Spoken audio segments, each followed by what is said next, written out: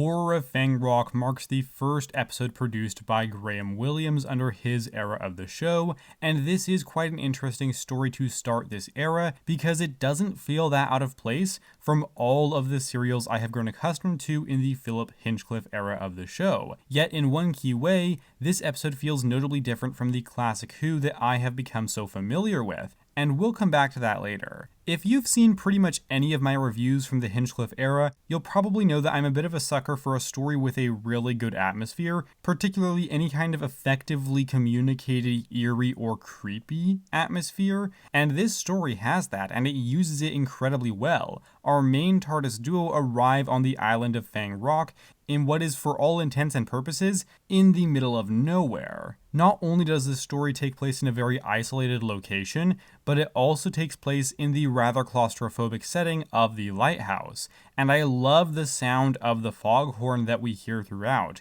which really contributes to the style of this one. Warning devices, Vince! I got them. Take over this siren! She'll strike any minute!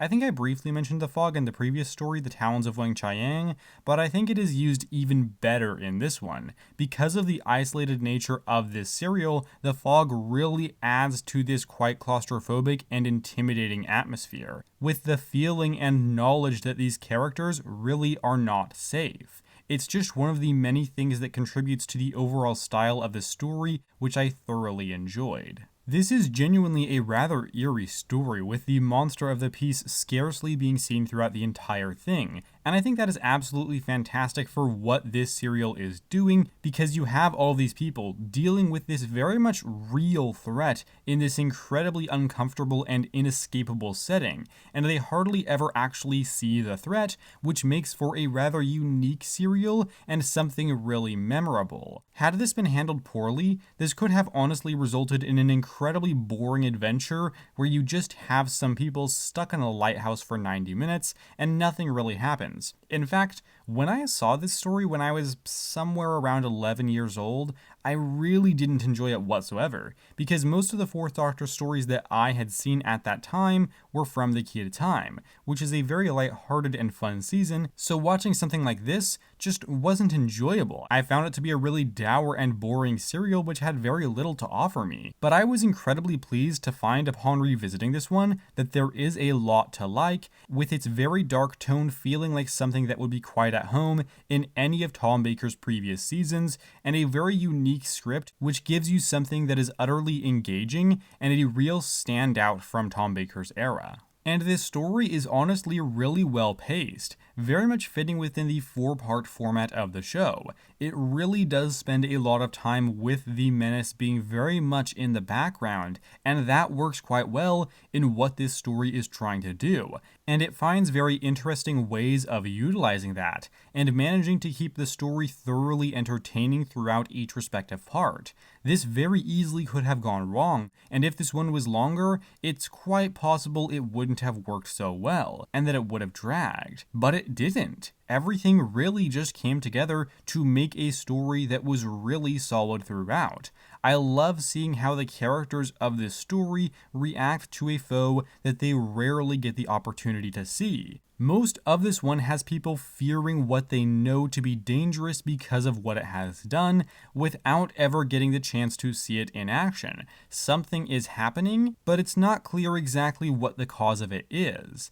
Early on, there's even a little bit of a suspicion about the Doctor and Leela, as all of these events seem to start occurring shortly after their arrival. This doesn't last particularly long, but it's just one example of the ways in which we see the guest characters react to these situations as the worst comes out of some of these characters in these very desperate and trying times. And that was one of the aspects that really worked well, seeing the ways in which people acted when tested by this enemy that they are unable to even see. A lot of the characters acted quite selfishly, even endangering others at times, but there were also instances of people that were quite kind-hearted and weren't purely looking out for their own self-interests.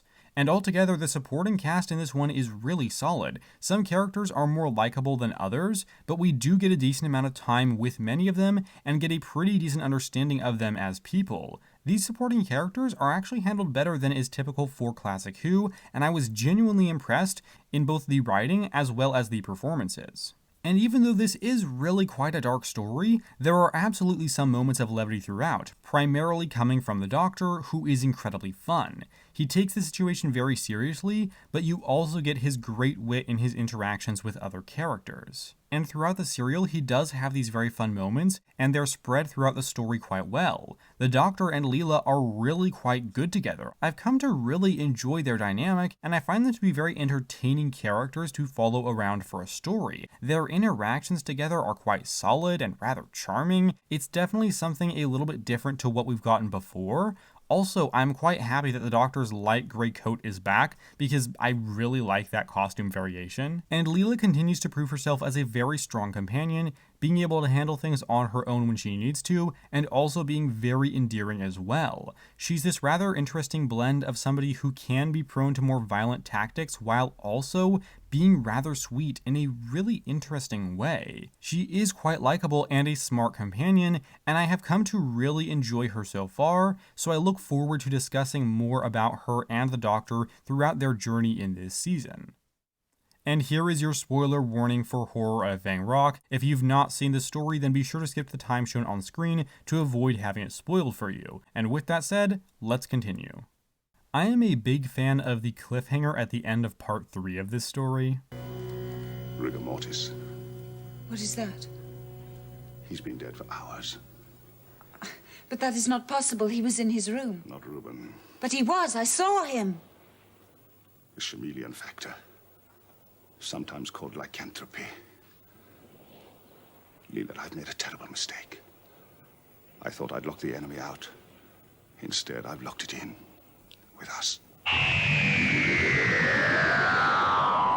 It's such a fantastic way to leave off an episode and lead the audience into the final part of the story. It's a very simple cliffhanger, but it is really effective. And towards the end of this one is where we do actually spend a bit more time with the villain of the piece, and this creature was used quite effectively earlier in the story, being largely an off-screen villain as opposed to something more prominent.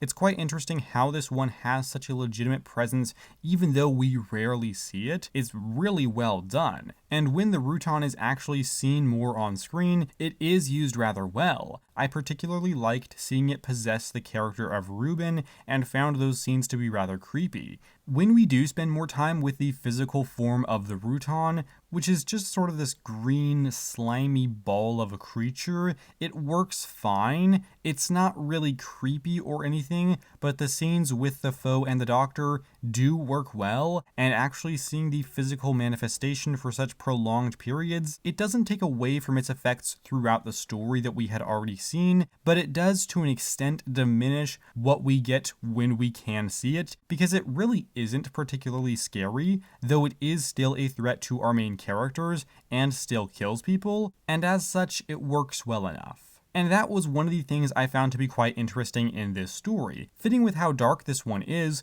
all the supporting characters in it die. Some of them I obviously cared more about than others. Vince was quite a sweet character, whereas somebody like Lord Palmerdale was a bit of a pompous ass. But as I already mentioned, the majority of these characters were surprisingly well-rounded, and they were used well within this very grim story. And the fact that none of them actually make it out alive definitely contributes to the rather dreadful nature of this one.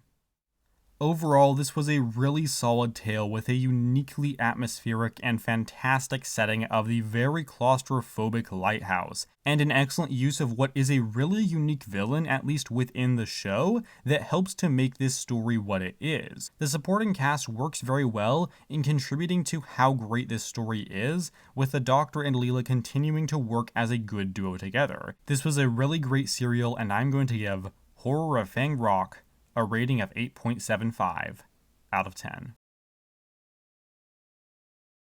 And that does it for this review. I'm curious as to your thoughts on Horror of Fang Rock. I was incredibly pleased to have found significantly more entertainment in it than I did when I was younger, and I hope that you enjoy this one as well, but regardless, you can leave your thoughts down below if you so wish. And I do hope to see you around either this upcoming Sunday or some Sunday in the future whenever I can bring you my review of The Invisible Enemy. I'm not entirely sure when that will be, but hopefully sooner than later, and if not, that is absolutely fine, so long as you know that I appreciate your time here today. And with that said, thank you very much for watching.